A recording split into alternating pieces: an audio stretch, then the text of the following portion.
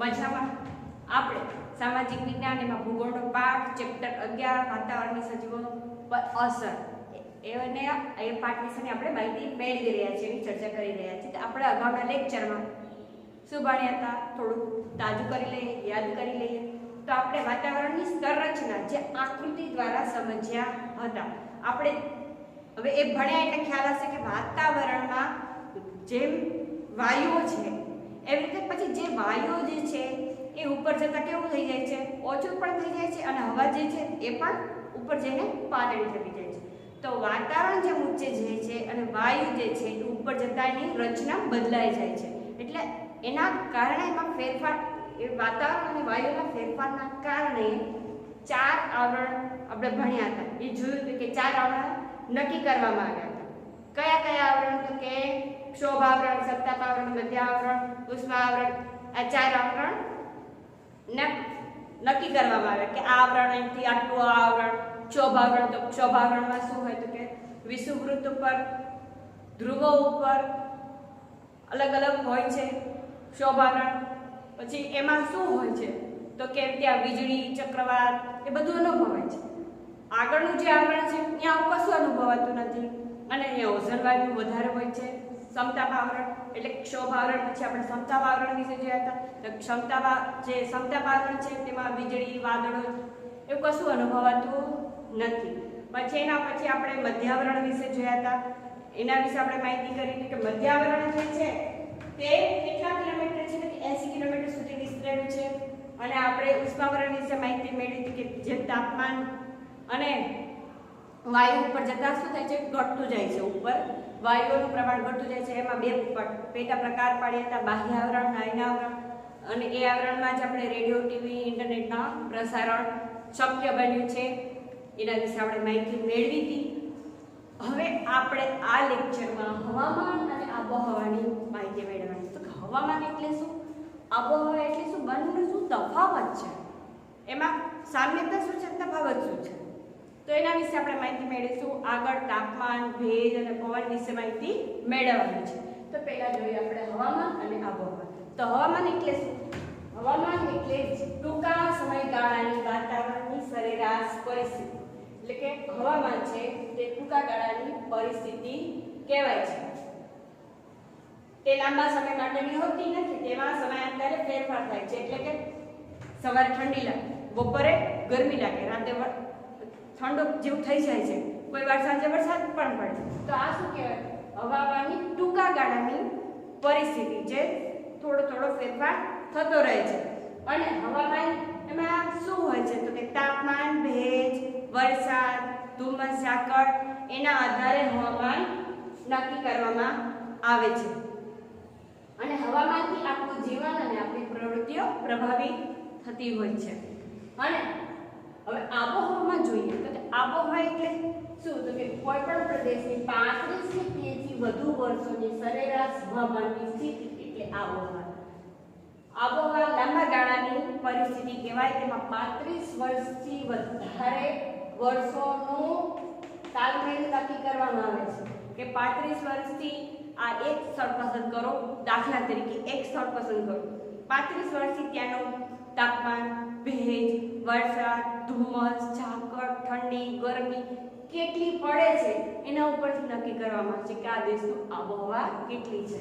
અને અહીંયા હવામાન એ પણ એવું જ છે કે એક સ્થળ પસંદ કરવામાં આવે છે, તેની સવાર, બપોર, સાંજનું તાપમાન, ભેજ, ગરમી, ઠંડી, ઝાકળ, ધુમ્મસ કેટલું છે એ નક્કી કરવામાં આવે છે. હવામાન છે તે ટૂંકા ગાળાનું હોય છે, આબોહવા છે તે લાંબા ગાળાનું હોય છે. બસ ફરક આમાં એટલો જ છે. આમાં પણ વાતાવરણની સરેરાશ પરિસ્થિતિ હોય છે. અહીંયા હવામાનની સ્થિતિ એટલે કે આબોહવા. કયું હવામાન? તો કે તાપમાન, ભેજ, વરસાદ એની સ્થિતિ હોય છે. આમાં પણ ભેજ, તાપમાન એની પરિસ્થિતિ હોય છે, પણ ટૂંકા ગાળાની. અહીંયા લાંબા ગાળાની. હવે આપણે આગળ જોઈએ. આબોહવા સ્થાનિક પરિસ્થિતિને ધ્યાનમાં રાખીને નક્કી કરવામાં આવે છે. અને આબોહવા જે તે પ્રદેશની સજીવ સૃષ્ટિ, પ્રાણી સૃષ્ટિ અને માનવ જીવન ઉપર અસર કરે છે. હવે જો ઠંડીની સિઝન હોય તો આપણે ગરમ કપડાં પહેરીએ, ગરમીની સિઝન હોય તો સુતરાઉ કપડાં પહેરીએ, કોઈ વાર તો એસી ચાલુ કરીએ, ઠંડા પીણા પીએ, આઈસ્ક્રીમ ખાઈએ, તો શું થાય? આપણી પ્રાણી સૃષ્ટિ અને માનવ જીવનની અસર છે. પછી બહુ જ ગરમી પડતી તેવા પ્રદેશોમાં માણસો કેવા કપડાં પહેરે, અને રણ પ્રદેશ હોય ત્યાં રેતીના ઢગલા હોય, જે રેતીના ઢોળા કહેવાય, ત્યાં લોકોની પ્રદેશની જીવન કેવું હોય, એ લોકોનો પહેરવાશ કેવો હોય. જો રેતી હોય, રણ પ્રદેશમાં લોકો રહેતા હોય તો એ લોકો માથે હંમેશા કપડું બાંધેલું રાખે, જેથી રેતી વાળમાં ને ભરાય નહીં. તો આ આબોહવાની પરિસ્થિતિ કહેવાય છે. અને એ પ્રમાણે તો જે રણમાં હોય તો અહીંયાની પ્રાણીઓ કેવા હોય, અને બરફથી ઢંકાયેલા જે પ્રદેશો હોય તો અહીંયાના પ્રાણી કેવા, અહીંયાની જે સજીવ સૃષ્ટિ છે તો ત્યાં કેવો ફેરફાર હોય. તો આબોહવા જે છે તે પ્રદેશની સજીવ સૃષ્ટિ, પ્રાણી સૃષ્ટિ અને માનવ જીવનની પ્રવૃત્તિ પર સીધી અસર કરે છે. હવે જ્યાં બરફથી ઢંકાયેલા પ્રદેશો હોય ત્યાંની આર્થિક પ્રવૃત્તિ કેવી હોય, દરિયા કિનારે રહેતા હોય તો ત્યાંની આર્થિક પ્રવૃત્તિ કેવી હોય, તો દરિયા કિનારે રહેતા હોય તો સૌથી વધારે શું હોય? માછીમારોનો ધંધો વધારે વિકાસ થયો હોય. અને આવી રીતે આબોહવાની માનવ જીવન ઉપર અસર કરે છે. અને આપણી હવામાન ખાતેની કચેરી ક્યાં આવેલી છે? કે દિલ્હી. અને 4 પ્રાદેશિક સ્થળ જે નક્કી કર્યા છે, જે હવામાન ખાતું અને આબોહવાની જે રોજના સમાચાર આપણે ન્યૂઝમાં ચેનલ જોતા કે આજે અહીંયા આટલો વરસાદ થયો, અહીંયા આટલી ગરમી, ત્યાં ઠંડી થઈ. તો આ હવામાન જે ખાતું છે એ સમાચાર આપતા હોય છે, અને એ આપણને ન્યૂઝ દ્વારા ભારતના નકશા દ્વારા આપણને જણાવે છે કે અહીંયા આટલી તાપમાન છે, ગરમી છે. તો જે પ્રાદેશિક જે સંસ્થા છે તો નાગપુર છે, કલકત્તા છે, પુણે છે, અને મેઇન ક્યાં છે તો કે દિલ્હીમાં આવેલી છે, જેને IMD કહેવાય છે. હવે આટલું આપણે આબોહવા અને હવામાન વિશેની માહિતી મેળવી. હવામાન ટૂંકા ગાળાની પરિસ્થિતિ છે, તેમાં પણ તાપમાન, ભેજ, વરસાદનું જે સરેરાશ પરિસ્થિતિ હોય છે, પણ ટૂંકા ગાળાની. આબોહવામાં લાંબા ગાળાની પરિસ્થિતિ હોય છે. તો આપણે આના આગળ ટોપિક જોઈએ, તાપમાન. તો તાપમાન એટલે શું, તાપમાન કોને કહેવાય છે, એના વિશે આપણે માહિતી મેળવીશું. હવામાં રહેલ ગરમીની સપાટીને તાપમાન કહે છે. તો હવામાન જે છે તેમાં ગરમી હોય, આપણને ગરમીની સિઝન હોય, ઉનાળાની સિઝન હોય ત્યારે આપણે ગરમી અનુભવીએ છીએ, ઠંડીની સિઝનમાં ઠંડી અનુભવીએ છીએ, ચોમાસાની ઋતુમાં વરસાદ પડે છે.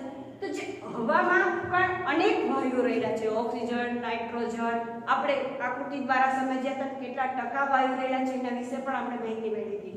તો હવામાં રહેલ ગરમીની સપાટીને તાપમાન કહે છે. વ્યાખ્યા કહો કે એક વાક્યમાં પ્રશ્ન પણ પૂછી શકાય. તાપમાન એટલે શું? કે હવામાં રહેલી ગરમીને સપાટીને તાપમાન કહે છે.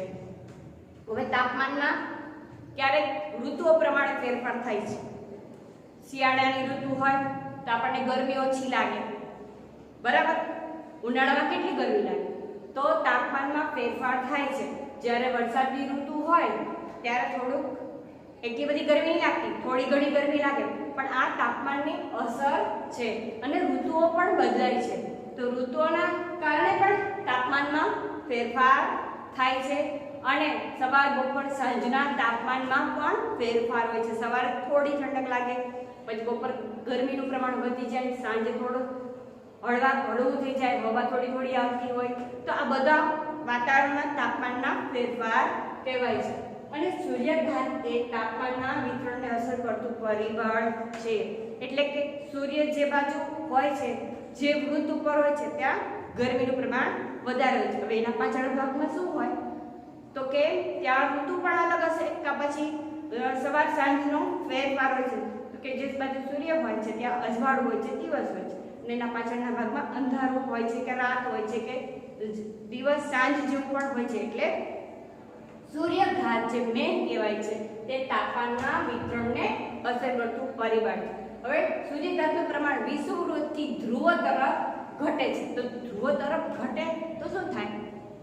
તો ધ્રુવ પ્રદેશ બરફથી ઢંકાયેલા હોય છે. એટલે બરફથી ઢંકાયેલા એટલે શું હોય? ત્યાં ઠંડીનું પ્રમાણ વધારે હોય, કે જે બાજુ સૂરજ હોય છે ત્યાં ગરમીનું પ્રમાણ વધારે હોય છે. અને સૂર્યઘાત જે આ બાજુ ઘટે છે ત્યાં ઠંડીનું પ્રમાણ હોય, કોઈ વાર તો એક બાજુ બરફ પણ પડતો હોય છે. એટલે સૂર્યઘાત જે છે એવું કહેવાય કે વિષુવવૃત્તિ ધ્રુવો પર તરફ ઘટે છે. ઘટવાના સૂર્યઘાત ઘટે એટલે ધ્રુવો તરફ ઠંડીનું પ્રમાણ અને બરફનું પ્રમાણ વધે છે, એટલે બરફથી ઢંકાયેલા હોય છે. તો આ જે છે એ તાપમાન કહેવાય છે. તો જો ગરમીનું પ્રમાણ વધી જાય તો શું થાય? તો કે ખેતી પાકો ઉગી શકે નહીં, પાકો બળી જાય, ભૂગર્ભ જળમાં પાણી છે એના સ્તર પણ ઘટી જાય. ગરમીનું પ્રમાણ વધી જાય તો શું થાય? આપણા માણસોના જીવન ઉપર પણ ગરમીનું અસર જો થઈ જાય તો ડિહાઇડ્રેશનના પ્રોબ્લેમ શરૂ થાય છે, શરીરમાં અનેક જાતના રોગો પેદા થાય છે. અને જે ગરમીનું પ્રમાણ વધી જાય તો જે ઝાડપાન છે એ પણ બધું બળી જાય. અને શહેરો કરતાં ગામડાનું ગરમીનું પ્રમાણ ઓછું હોય, શહેરમાં વધારે હોય. કેમ? તો કે પાકા રસ્તા છે, બધા સિમેન્ટથી બનાવેલા ઇમારતો છે, એટલે શહેરોમાં ગરમીનું પ્રમાણ વધારે છે.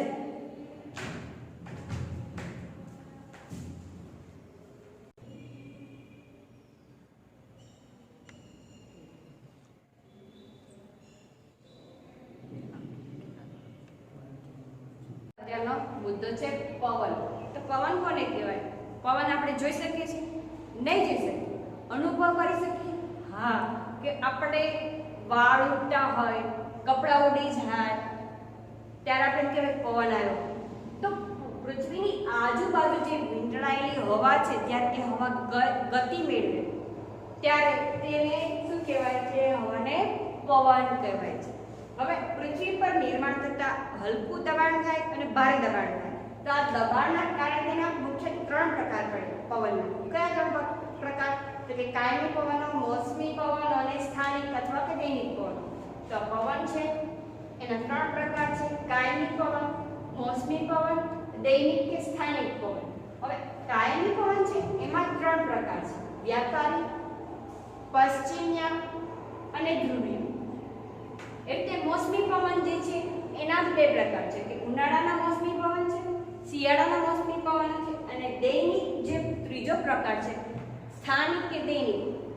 અહીંયા શું લખેલું છે કે દરિયાઈ જમીન, પર્વત, ખીણની લહેરો એનું ઉદાહરણ છે કે દૈનિક કે સ્થાનિક પવનો ક્યાં હોય છે કે દરિયાઈ જમીન, પર્વત, ખીણ અને લહેરો. તો કાયમી પવન એટલે શું? કાયમી પવનો એટલે 12 માસ નિશ્ચિત દિશા માંથી પવનો વાય છે તેને કાયમી પવનો કહેવાય છે. તે હંમેશા એક દિશામાંથી જ વાતા હોય છે, એક સરખા જ વાતા હોય છે, તો એને કાયમી પવનો કહેવાય છે. હવે આગળ છે મોસમી પવનો. તો કે પૃથ્વીની સપાટી ઉપર કેટલાક પવનો ઋતુ પ્રમાણે વાય છે, એટલે ઋતુ પ્રમાણે તેની દિશા બદલાય છે, તેને મોસમી પવનો કહેવાય છે. શિયાળો હોય તેના પવન અલગ હોય, ચોમાસું, ઉનાળો, તો એ પ્રમાણે ઋતુ પ્રમાણે બદલાતા હોય છે, તેને મોસમી પવનો કહેવાય છે. તો મોસમી પવનો જે વાતા હોય એના કયા દેશો છે? તો કે ભારત છે, મ્યાનમાર છે, બાંગ્લાદેશ છે. તો આવા મોસમી પવનોનો દેશ કહેવામાં આવે છે.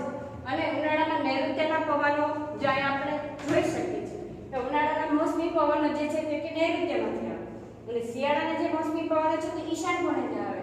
તો જે ઉનાળાના મોસમી પવન નૈઋત્યમાંથી પવન આવે તો નૈઋત્યના પવનો કહેવાય, અને શિયાળાના મોસમી પવન ઈશાન કોણેથી આવે તો ઈશાન કોણીય મોસમી પવનો કહેવામાં આવે છે.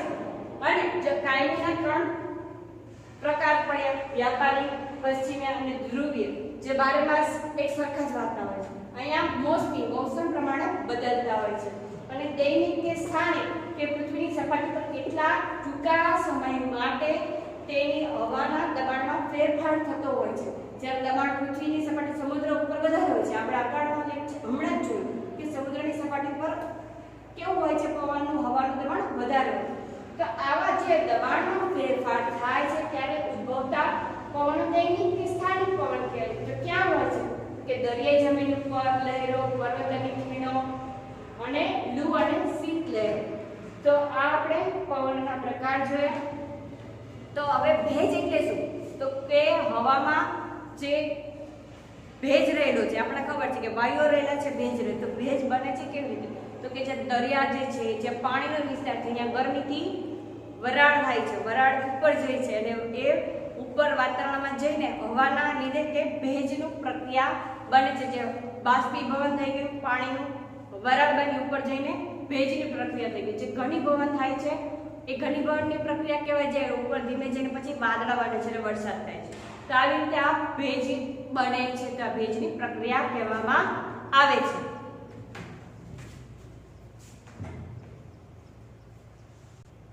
જીવન